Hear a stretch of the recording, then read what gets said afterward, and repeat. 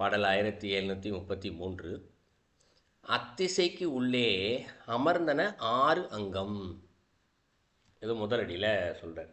இப்போ போன பாடலில் பார்த்தோம்னா அத்திசை பத்தேன்னு முடிச்சிருப்பார். ஸோ முடித்த இடத்திலிருந்து இங்கே ஆரம்பிக்கிறார்.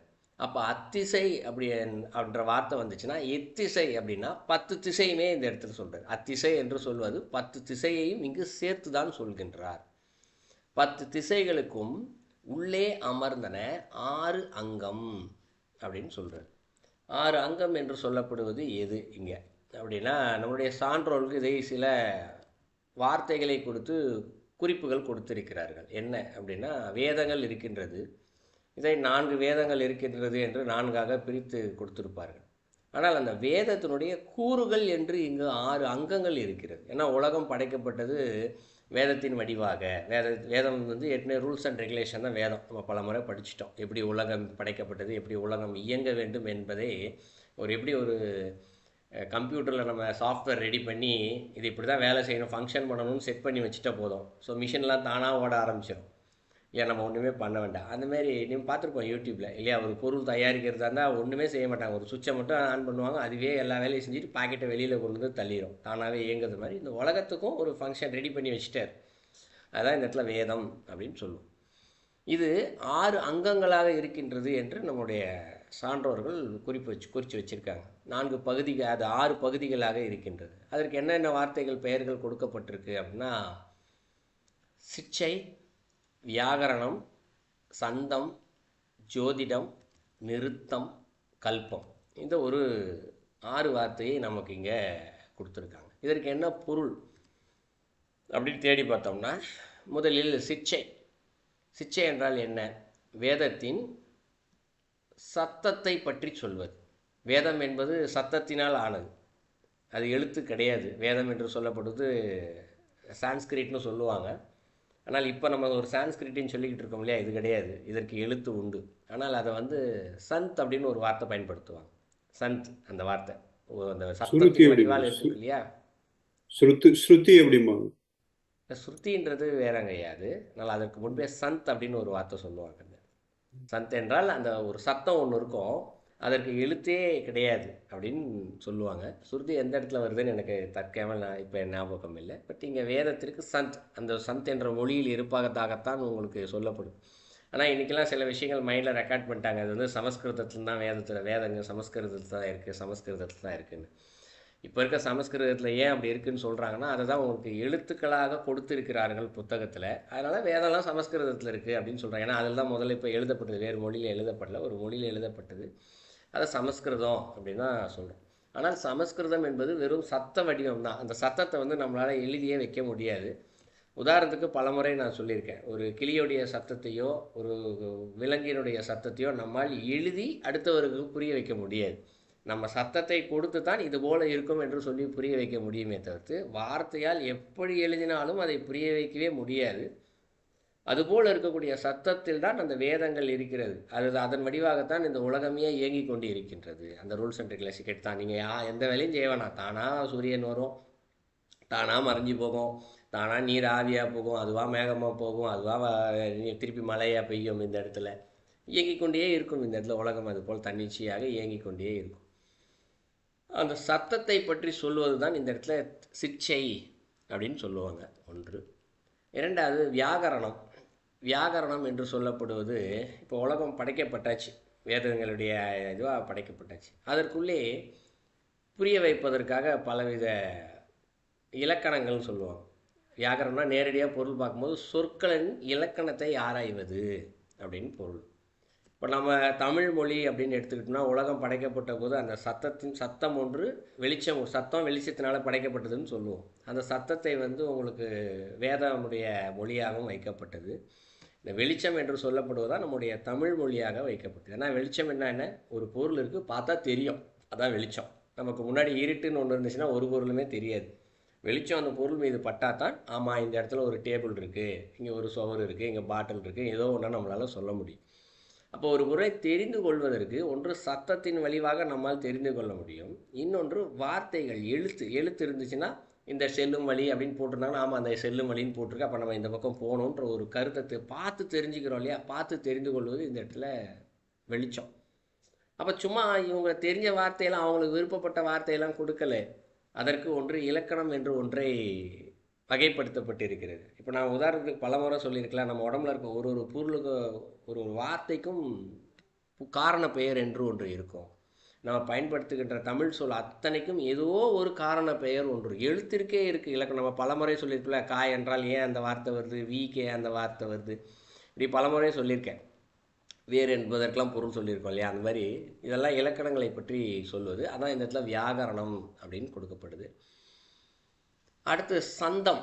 சந்தம்னா நம்ம இதில் கேள்விப்பட்டிருப்போம், பாடல்களை கொஞ்சம் சந்தத்தோடு பாடணும் அப்படின்னு சொல்லியிருப்பாங்க. செய்யுள்கள் இருக்கு இல்லையா, அதாவது ஒரு 10 நிமிஷம் பேசி புரிய வைக்க வேண்டிய ஒரு விஷயத்தை ஒரே வார்த்தையில் சொல்லி புரிய வச்சுருவாங்க. இப்போ திருமந்திரமே அப்படி தானே இருக்குது. திருமந்திரம் 4 அடி தான், ஆனால் அதை பற்றி விளக்கங்கள் சொன்னால் சொல்லலாம் பேசிக்கிட்டே போகலாம். திருக்குறள் 1.25 அடி தான், ஆனால் உள்ளுக்குள்ளே அவ்வளோ பொருள்கள் புதைந்து கிடைக்கிறது. ஒரே ஒரு வார்த்தை, ஆனால் அதற்கு எவ்வளோ நெடிய விளக்கங்கள் இருக்கிறது. அப்போ எந்த இடத்துல எந்த வார்த்தையை பயன்படுத்த வேண்டும் என்று பொருள் இருக்கிறது. அதுதான் இந்த இடத்துல சந்தம் அப்படின்னு சொல்லுவாங்க. ஸோ செய்யுள் இலக்கணம் பற்றி சொல்வது சந்தம். ஜோதிடம். ஜோதிடம் கோள் நிலைகளை வைத்து ஆராய்தல் இந்த இடத்துல, அது ஜோதிடம். ஸோ வேதத்தினுடைய ஒரு பகுதியாக இருக்குது, அங்கமாக இருக்குது. அடுத்து நிறுத்தம் அப்படின்னு சொல்லப்படுது. அது வேதங்களின் அந்த சத்தத்திற்கு பொருள் சொல்வது. இப்போ ஒரு கிளி சத்தம் கேட்குதுன்னா அதுக்கு முன்னாடி அவர் யாராவது ஒருத்தர் இதுதான் கிளியை நேரில் பார்க்குறாருன்னு வச்சுக்கோங்க, இதுதான் கிளின்னு ஒருத்தர் சொல்லி கொடுத்துட்டாரு, கிளியை பார்க்குறாரு, அது கத்துது, ஓ இதுதான் கிளி சத்தம்னு அவருக்கு ரெக்கார்ட் ஆகிருக்கும். இப்போது அடுத்தவர்கிட்ட போய் இதுதான் கிளி சத்தம் அப்படின்னு அவர் சொல்லுவார். யாரோ கேட்கலாம் கூட, எங்கேயோ சத்தம் கேட்குது, கிளியை பார்க்கல, ஆனால் வர்ற சத்தம் கிளியோட சத்தம்ப்பா அப்படின்னு சொல்லிட்டு சொல்லுவாங்க இல்லையா. அதுபோல் வேதத்திலிருந்து வரக்கூடிய அந்த சத்தங்களுக்கு பொருள் சொல்கிறது. இது இப்படித்தான் இருக்கும், இதற்கு என்ன பொருள் அப்படின்னு பொருள் சொல்வது. இதை நான் புரிஞ்சுக்கிறதுக்காக கிளின்ற வார்த்தையை சொன்னேன் உங்களுக்கு. ஆனால் அந்த சத்தத்திற்கான பொருள் இப்போ எழுதி படிக்கிறோம்ல, நான் இந்த இடத்துல செல்லும் வழி அப்படின்னு போர்டு போட்டிருக்கு, எழுதி படித்தோம். இப்போ இன்னொருத்தர் சொல்கிறார், வழி தெரியல, அங்கே போர்டு எதுவுமே இல்லை, அந்த பக்கம் செல்லுங்கள் அப்படின்னு ஒரு சத்தத்தினால ஒருத்தர் சொல்கிறார், அது நமக்கு கேட்குது இல்லையா. அப்போ அதை வச்சுக்கிட்டு அந்த பக்கம் போகிறோம் இல்லையா. அதுபோல் வரக்கூடிய சத்தங்கள் ஒவ்வொன்றிற்குமே பொருள் என்ன என்று சொல்வது, அதான் இந்த இடத்துல நிறுத்தம் அப்படின்னு சொல்லப்படும். அடுத்து கல்பம். கல்பம் என்றால் இந்த இடத்துல காலத்தை ஒரு வகையில் குறிக்கும். எந்த வகைன்னா இந்த வேதத்தின் செயல் முறைகள் அதை பற்றி சொல்லுதல் தான் இந்த இடத்துல கல்பம். என்ன செயல்முறைகள் அப்படின்னா, இப்போ இந்த உலகம் காலத்தத்துவத்தை அடிப்படையாக வைத்து இயங்கி கொண்டே இருக்கிறது. எப்போ மழை பெய்யணும், எப்போ வெயில் அடிக்கணும், எப்போ பகல் வரணும், எப்போ இருட்டு வரணும், ஒரு காலம் அடிப்படை இருக்கு இல்லையா. சூரியன் கரெக்டாக சூரியன் காலை விடிஞ்சிருச்சா சூரியன் நின்றோம், சாயங்காலம் ஆயிடுச்சா மறைஞ்சிரும். வெயில் நேரம் ஒரு கொஞ்ச நாள் இருக்கும், வெயில் மட்டும்தான் வரும், மழை வராது. மழை நேரமாக மழை மட்டும்தான் வரும், வெயில் வராது. இப்படி அதனுடைய செயல்முறைகள் காலத்தை அடிப்படையாக கொண்டது. ஸோ அந்த செயல்முறைகளை பற்றி சொல்லுதல் இந்த இடத்துல வேதத்தினுடைய ஒரு பகுதி தான் அந்த காலம், அதனுடைய பகுதியை பற்றி சொல்வது கல்பம். இப்படி ஒரு 6 விதமான அங்கங்கள் இருக்குது. இது என்ன செய்தான், அத்திசைக்கு உள்ளே அமர்ந்தன அப்படின்னு சொல்கிறார். அப்போது 5 தெய்வங்கள் படைக்கப்பட்டாங்க. நம்ம முன்னாடி முதல்லேருந்து பார்த்துட்ருக்கோம், நம்ம சர்வ சிருஷ்டி மாதிரியே இருக்கும். இப்போ நம்ம பார்க்குற அருள் சக்திலாம் எப்படிலாம் வேலை செய்யுது அப்படின்றது 3ஆம் தந்தத்தில் சர்வ சிருஷ்டி படிச்சிருக்கோம். அந்த மாதிரி சர்வ சிருஷ்டியில் அசையா சக்திகள் அசையும் சக்தி வந்துச்சு, 5 தெய்வங்க வந்தாங்க, வெளிச்சம் சத்தம் இதுக்குள்ளே எல்லாம் இந்த அருள் சக்தியானது இருக்குது அப்படின்றது போன பாடலில் பார்த்துட்டோம். இந்த திசைகளுக்கு எல்லாமே அந்த அருள் சக்திக்குள்ளே தான் இருக்குதுன்னு பார்த்தோம். அப்போ அந்த திசைகள் விரிவடையது இல்லையா, அந்த திசைகள் 10 திசைகள் இருக்குது. இந்த திசைகள் எல்லாமே எப்படி இயங்கி கொண்டு இருக்கின்றது என்றால் வேதத்தின் வடிவாக இயங்கி கொண்டே இருக்கின்றது. இது எல்லாத்துக்குள்ளேயுமே அமர்ந்தன 6லையும். அப்போது 6 அங்கம்னா திசைகள் எல்லாத்துக்குள்ளேயுமே இந்த வேதங்கள் இருக்கிறது அப்படின்னு புரியலாம். 10 திசைகள் இருக்கிறது. அந்த திசைகளுக்கு ஒவ்வொரு திசைகளுக்குள்ளாக இந்த 6 அங்கங்கள் வழியாக இந்த உலகம் இயங்கி கொண்டே இருக்கிறது. அதான் அமர்ந்தன அப்படின்னு சொல்லுவார். ஸ்ட்ராங்காக உட்காந்துச்சு. இப்போ இது போகவே போகாது. இந்த வேதம் எப்படியெல்லாம் ரூல்ஸ் அண்ட் ரெகுலேஷன் எப்படி நம்ம சாஃப்ட்வேர் சொன்னோம் இல்லைங்களா, ரெடி பண்ணி வச்சவொடனே சாஃப்ட்வேர்லாம் போய் செட் ஆகி உட்காந்துருச்சு. நம்ம ஒன்றும் பண்ண வேணாம், பட்டனை தட்டி விட்டால் மிஷின் எல்லாம் ஓடுற மாதிரி இறைவன் எல்லாத்தையும் வேதெல்லாம் படைச்சி செட் பண்ணி வச்சுட்டு பட்டனை தட்டி விட்டார், வேலை செய்யுங்கப்பான்னு செட் பண்ணி விட்டு அவர் கம்முன்னு போய் உட்காந்துட்டார். தானாக இயங்கி கொண்டே இருக்கிறது. அதான் முதலடியில் சொல்கிறார். அடுத்து என்ன சொல்கிறது, அத்திசைக்கு உள்ளே அமர்ந்தன 4 வேதம் அப்படின்னு சொல்கிறார். இப்போ 6 அங்கம் அப்படின்னு சொல்லிட்டோம்னா அதுக்கப்புறம் தான் வேதம்ன்ற வார்த்தை சொல்கிறார். இப்போ நேரடியாக நம்ம எப்படி பொருளாக புரிஞ்சிக்குவோம், வேதம்னு ஒன்று இருக்குது, வேதத்திலுடைய பிரிவுகள் தான் இந்த 6 அப்படின்னு புரிஞ்சிக்குவோம். ஆனால் இது அப்படியே எதிர்மறையாக கொஞ்சம் பார்த்து புரிஞ்சிக்கலாம். 6 அங்கங்கள் இருக்கிறது, இதனுடைய கோர்வை 4 வேதங்கள். அது எல்லாத்தையும் சேர்த்து 6ஐயுமே கொஞ்சம் சுருக்கணும். 6 தனித்தனியாக இருக்குது, 6த்தையும் கொஞ்சம் சேர்த்து வச்சு நம்ம பார்த்தோம் அப்படின்னா அப்போ அது 4 வேதமாக இருக்கிறது. அதை 2வது அடியில் சொல்கிறார். இப்போ வேதங்களின் வழியாகத்தான் உலகம் இயங்கி கொண்டிருக்கின்றது அப்படின்னு சொல்லி பார்த்தோம் இல்லையா.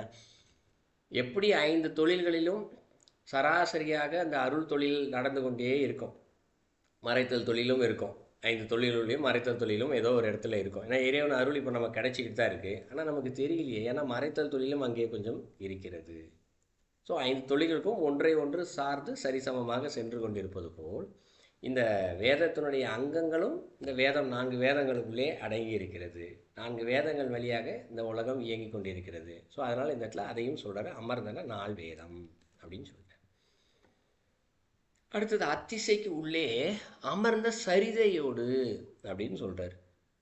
சரிதை என்றால் நேரடியாக நமக்கு பொருள் பார்த்தோம்னா வரலாறு என்று பொருள். நம்ம சொல்லுவோம் இல்லையா, ஒருத்தர் தன்னுடைய சுயசரிதையை எழுதுகிறார் அப்படின்னு, அப்போ அவருடைய வரலாற்றை எழுதுகிறாரு அப்படின்னு பொருள் வரும்.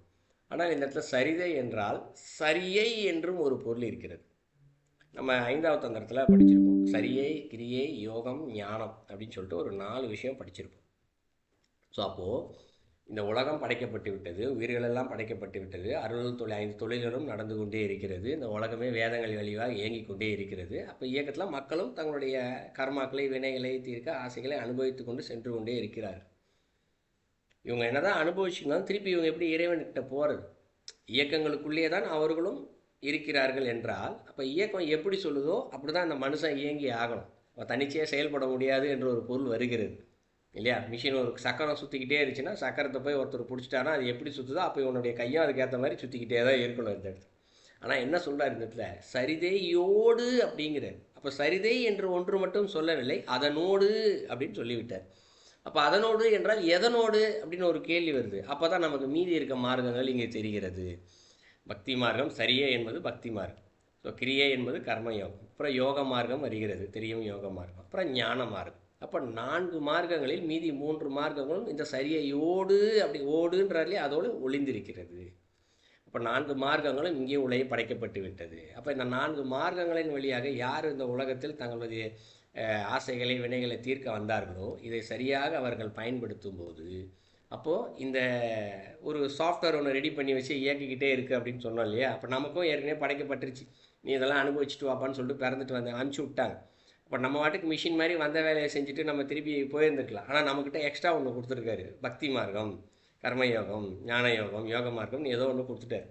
இதை கொஞ்சம் நம்ம கரெக்டாக பயன்படுத்தும் போது அதுவும் இந்த வேதற்குள் ஒரு அங்கமாகத்தான் இருக்கிறது. அதை பயன்படுத்தும் போது நாம் விரைவாக அந்த இறைவனிடத்தில் செல்லலாம். இந்த உலக இயக்கம் ஒன்று வேதத்தின் வழியாக இயங்கிக்கிட்டு இருக்கு இல்லையா, அது ஒரு ஸ்பீடில் இயங்கிக்கிட்டு இருக்கு. நம்ம இந்த மார்க்கங்கள் ஏதோ ஒன்றை பயன்படுத்தும் போது அதனை விட நம்ம விரைவாக ஓடி சென்று அந்த இறைவனிடத்தில் செல்ல முடியும். அதுவும் அந்த வேதத்திற்குள்ளே ஒரு ரூல்ஸ் அண்ட் ரெகுலேஷனாக இருக்கிறது. சாஃப்ட்வேர்லேயே கொஞ்சம் மாற்றி வச்சுருக்காங்க இந்த இடத்துல. நம்ம சில நேரங்களில் சாஃப்ட்வேர்லேயே கொஞ்சம் ஸ்பீடாக நடக்கணும் அப்படின்னா கொஞ்சம் திருப்பி வைப்பாங்கள்ல, ஒரு இது மட்டும் ஸ்பீடாக நடக்கணும் அப்படின்னா செட்டிங் மாற்றுவாங்க இல்லையா. ஃபேன் இருக்குது, ஸ்பீடாக வைப்பாங்கன்னா ஒரு மிஷின் செட்டிங் மாற்றினா கொஞ்சம் ஸ்பீடாக சுற்ற ஆரம்பிக்கும்ல. அந்த மாதிரி ஒரு வீட்டுக்குள்ளே எப்படி இயங்கணும்னு செட் பண்ணி வச்சாலும் ஸ்பீடை குறைக்கணுமா ஏற்றலாமா எல்லாம் செட் பண்ணுற மாதிரி நமக்குள்ளே ஒரு விஷயத்தை கொடுத்துருக்காரு. அதுதான் நீங்கள் 4 மார்க்கங்கள். அதுவும் எங்கே இருக்கான், இந்த திசைகளுக்கு உள்ளேயே இந்த 4 மார்க்கங்களும் உள்ளே இருக்கிறது.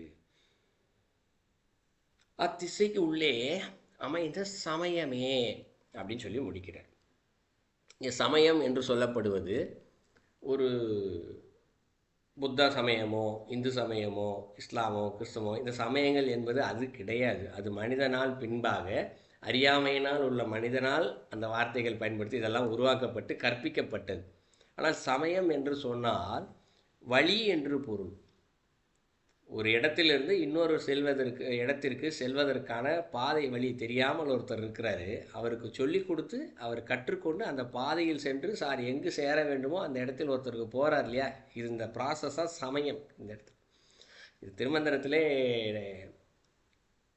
வேற ஒரு 6வது தந்திரத்தில் சொல்லியிருக்காரு. இந்த இடத்துல அருசமயம்னு சொல்லி ஒரு பாடலே இருக்கும். இந்த அருசமயம் அப்போ 6 விதமான வழிமுறைகள் இங்கு இருக்கிறது அப்படின்னு சொல்லிட்டு அந்த பாடலில் சொல்லுவார். இப்போ இந்த இடத்துல சமயமே அப்படின்னு சொல்லிட்டு மட்டும்தான் முடிச்சிருக்கார். ஆனால் அது 6 விதமான வழிகளில் இருக்கிறது என்று வேறொரு பாடலில் குறிப்பிட்டிருக்காருங்க. இப்போ இறைவனுடைய அத்தனை வழிகளுமே இங்கு இருக்கிறது. அப்போ 4 மார்க்கங்கள் கொடுத்தாரு. அந்த 4 மார்க்கங்களை பயன்படுத்தி ஏதோ ஒரு மார்க்கம், இப்போ பக்தி மார்க்கம்னு வச்சுக்கோங்க. நான் பக்தி மார்க்கம், நான் பக்தி மட்டும்தான் செய்வேன், நான் வேறெல்லாம் செய்ய முடியாதுன்னு அவர் சொல்ல முடியாது. ஏன்னால் பக்திக்குள்ளே யோகமும் ஒளிந்திருக்கிறது, பக்திக்குள்ளே கர்மமும் ஒளிந்திருக்கிறது, பக்திக்குள்ளே ஞானமும் ஒளிந்திருக்கிறது. இதை 5வது சுந்தரத்தில் ரொம்ப தெளிவாக சொல்லுவார். சரியில் கிரியை, கிரியையில் சரியை, யோகத்தில் ஞானம், தலைப்புகள் நிறையா வந்திருக்கு. எல்லாம் படிச்சுட்டு தான் நம்ம வந்திருக்கோம். இப்போ ஒன்றை ஒன்று சார்ந்து இருக்கபடியால் அதற்கு என்று இப்போ ஒரு வழிமுறையில் போகிறாரு. நான் பக்தியில் மட்டும் போகிறேன்னு சொல்ல முடியாது, இன்னொன்றையும் சேர்த்து தான் அவர் செய்வாருங்க. ஏன்னா அவருக்கும் பிறந்திருப்பார்ல, பிறந்தோன்னே அவரும் காலையில் எந்திரிப்பார், குளிப்பார், சாப்பிடுவார், இதெல்லாம் கர்மயோகத்தில் வந்துடும். ஆனால் உள்ளே எண்ணங்கள் இறைவனை சார்ந்திருக்கும் பக்தியில். அப்போ இதை ரெண்டையும் சேர்த்து செய்கிறார் இல்லையா இந்த இடத்துல. இதை வந்து நம்முடைய சமயங்களில் ஒன்று அப்படின்னு வச்சுக்கலாம். 6 சமயங்கள்னு வச்சுக்கலாம். இந்த 6 சமயங்கள் என்னென்ன அப்படின்னு பார்த்தோம்னா, ஒன்று தியானத்தின் வழியாக செல்வது, இன்னொன்று ஜபத்தின் வழியாக செய்வது. ஏன்னா தியானம் செய்யணும்னா மனம் மட்டும் அமைதியாக இருந்தால் போதும். ஆனால் ஜபம் என்று சொல்லப்படுவது அமைதியும் வேண்டும், அதே நேரத்தில் வாயில் மந்திரங்களையும் உச்சரிக்க வேண்டும். அமைதியாகவும் இருக்கணும், வேலையும் செய்யணும். ஒன்று அமைதியாக இருத்தல், இன்னொன்று அமைதியோடு சேர்த்து இதை செய்தல். 3வது பூஜை. பூஜை என்றால் என்ன? மனமும் அமைதியாக இறைவனிடத்தில் ஒன்றி இருக்க வேண்டும், வாயும் மந்திரத்தை சொல்ல வேண்டும், அதே நேரத்தில் உடலும் வேலை செய்ய வேண்டும். ஸோ இது பூஜை. 4வது அந்த பூஜையிலே சக்கரங்களை வைத்து வழிபடுதல். அடுத்து ஞானம். இதெல்லாம் ஏன் செய்கிறோம், எதுக்கு செய்கிறோம், சிந்தித்து அதன் வழியாக ஞானம் அடைதல். ஞானம் அடைஞ்ச பின்பாக இதெல்லாம் நம்ம செய்கிறோமே, எப்படி செய்கிறோம், ஏன் செய்கிறோன்னு யோசிக்கிற. ஏன் என் மனசுக்குள்ளேருந்து இதெல்லாம் வருது. இப்போ புத்தி வேலை செய்யுது இந்த இடத்துல. மனசுக்குள்ளே தோணுது, ஏன் நான் இதெல்லாம் செய்கிறேன், ஏன் சாமிக்கு ஏன் தியானம் பண்ணுறேன், ஏன் ஜபம் பண்ணுறேன், ஏன் பூஜை பண்ணுறேன், ஏன் எந்திரத்தை வச்சு இதெல்லாம் பண்ணுறேன். இப்படி யோசிக்கும் போது அந்த இடத்துல ஞானம் என்பது வரும். அந்த ஞானம் என்பதுதான் கேள்வியோடு இருந்தால் அது மனம் செயல்பாடு. இல்லை நான் இதற்காக மட்டுமே செய்கிறேன் என்று உறுதித்தன்மை கிடைக்கிறதே, அது புத்தி. இந்த இடத்துல மனதால் புத்தி என்பது உறுதிப்படுத்தி கொள்ளுதல். ஆமாம் இது சரிதான் அப்படின்றது. ஏன்னா இதெல்லாம் சந்தேகத்தோடு இதுவா அதுவான்னு யோசிக்கும் போது அது மனம், உறுதிப்படுத்தும் போது புத்தி. ஸோ ஞானத்தை முழுமையாக தெரிந்து கொள்ளுதல். ஸோ ஒரு 6 சமயங்கள் நமக்கு சொல்லப்பட்டிருக்கு. இதைத்தான் இந்த இடத்துல அமைந்த சமயமே அப்படின்னு சொல்லிட்டாரு. அப்போ இந்த திசைகள் இருக்கு இல்லையா, அந்த திசைகளுக்குள்ளே இந்த 6 சமயங்களும் உள்ளே இருக்கிறது. அப்போ இந்த திசைகளை தான் நாமும் இருக்கோம். அதனால் இந்த திசைகள் இருக்கக்கூடிய அந்த செயலை நம்மளால் எடுத்துக்கொள்ள முடிகிறது. அடுத்தவங்க சொல்லி கொடுத்தா தான் நமக்கு தெரியும் என்பது ஒன்று. சொல்லிக் கொடுக்காம பல நேரங்களில் சில பக்திகள் தானாகவே வருதில்ல. பக்தின்றது இன்னொருத்தர் வந்து சொல்லலாம், இப்படி கையை கூட்டி கும்பிடுப்பா, இவர் தான் சாமி, இவரை கும்பிடுப்பா என்று அவர் சொல்லி கொடுக்கலாம். ஆனால் அவருக்கு உள்ளிருந்து தான் பக்தியானது வெளியே வரணும். சொல்லி கொடுத்து உள்ளிருந்து வெளியே பக்தி அந்த எண்ணமானது வராது இல்லையா. அப்போ எங்கேருந்து வருகின்றது, உள்ளேருந்து வருது, உள்ளேருந்து வருதுன்னா அப்போ உள்ளதுன்றது எங்குது அப்படின்னா இந்த திசைகளுக்குள்ளாக நாம் இருக்கின்றோம். அப்போ திசைகளுக்குள்ளாகவே நம்மை சுற்றி இது பறந்து விரிந்து தான் இருக்கிறது. நாம் தான் அதனை எடுத்துக்கொள்ள வேண்டும். நம்மை சுற்றி இருக்குது எல்லாமே.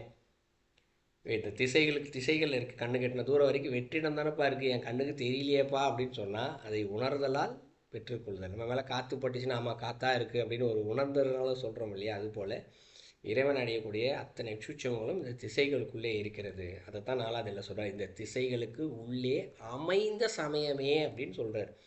இப்போ மேலே சொன்னதெல்லாம் அமர்ந்தன்னு சொல்லிக்கிட்டே வந்தார். அமர்ந்தன எது 6 அங்கத்தை சொன்னார், வேதத்தை சொன்னார், பக்தி 4 மார்க்கத்தெல்லாம் அமர்ந்தனன்னு சொல்லிட்டார். ஸோ அப்போ ஏற்கனவே உள்ளே ஸ்ட்ராங்காக அமர்ந்துச்சு. அதை யாராலும் மாற்றவே முடியாது.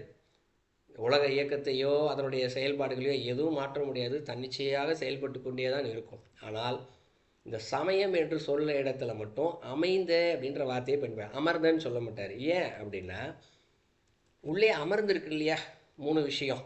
இந்த அங்கங்கள்னு சொன்னது, வேதங்கள்னு சொன்னது, 4 மார்க்கங்கள் சொன்னது, இதையெல்லாம் யார் ஒருவர் எப்படி பயன்படுத்துகிறார்களோ அவர்களுக்கு ஏற்றார் போல் அது அமையும்.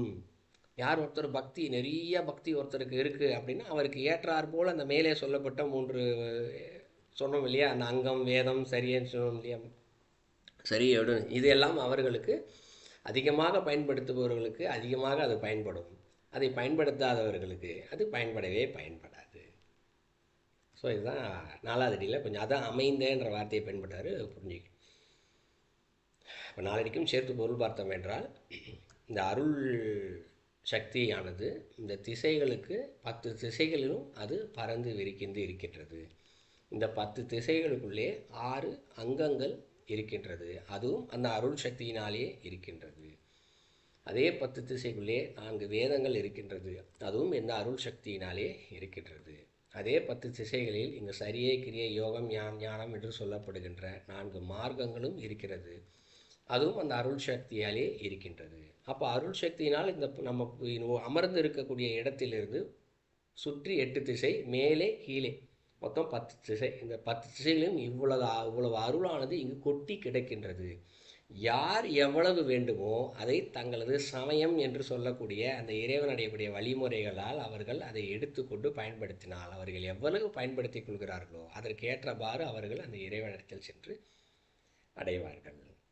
ஸோ இதுதான் அந்த அருள் சக்தியில் இருக்கக்கூடிய ஒரு பகுதி. இது இந்த பாடலில் இங்கே குறிப்பிட்டு சொல்கிறார். இப்படிலாம் அருள் சக்தி இருக்குதுன்னு சொல்ல, இந்த திசைகளை இருக்குன்னு கூட நமக்கு இவ்வளவு நாள் தெரியல. ஸோ திருமந்திரத்தில் தான் நம்ம படித்து தெரிஞ்சுக்க முடியும். இதுதான் அந்த பாடலுடைய கருத்து. ஐயா, தென் திசைக்கு வேந்தன்னு சொல்றது ஏங்கய்யா இறைவன்? இந்த திசைகள்ல தென் திசைக்கு ஒரு வேந்தனாம்னு ஒண்ணு இருக்கு இல்லைங்க? தென் திசைக்கு வேந்தனாம்னு சொல்ல, திசைக்குரு வேந்தனாம்னு சொல்லியிருப்பார். ஒரு திசைகள் இருக்கிறது. இங்கே 8 திசைகள் இருக்குது. 8 திசைகளுக்குமே 8 பேர் தலைவனாக இருக்கிறார் அப்படின்னு சொல்லிட்டு அது திருமந்திரத்திலே ஒரு பாடலை குறிப்பிடுறாரு. தென் திசைக்கு வேந்தனாம்னு இந்த யமதர்மர் இருப்பார், அவர் தான் குறிப்பிட்டிருப்பார் இந்த இடத்துல, தென் திசைக்கு வேந்தனாம் அப்படின்னு சொல்லிட்டு. ஏன் அந்த திசையில் குறிக்கிறாரு அப்படின்னா, இப்போது ஒரு வேந்தன்னா யார் இந்த இடத்துல? தலைவன் என்று பொருள், அரசர் என்று பொருள், வேந்தன்னு சொல்லுவோம். ஏன் ஒரு வேந்தன்னு சொல்கிறோம்? நான் கொஞ்ச நேரத்துக்கு முன்னாடி ஒரு வார்த்தைக்கும் ஒரு பெயர் காரணம் இருக்கும், பொருள் காரணம் இருக்கும், இலக்கண காரணம் இருக்கும்னு சொல்லியிருந்தேன். இப்போ வேந்தன் என்று சொல்லப்படுது வே என்ற எழுத்தினால ஆரம்பிக்குது. அப்போ வேந்தன் என்றால் வே என்ற சொல் ஒரு மறைபொருளையே குறிக்கும். அப்போ யார் வேந்தன் அப்படின்னா, அரண்மனைக்குள்ளேயே ஒருத்தர் ஒளிஞ்சிருப்பார், வெளியிலே ஒரு மக்களுடைய கண்பார்வைக்கே படமாட்டார், அவரை யாராலும் பார்க்க முடியாது. உள்ளது கட்டளை மட்டும்தான் வரும். அந்த கட்டளையே வெளியே இருக்கக்கூடிய சேவர்கள் அதை கடைபிடிப்பார்கள், சட்டத்தை கடைபிடிப்பார்கள். ஸோ நாடு நடந்து கொண்டே இருக்கும்.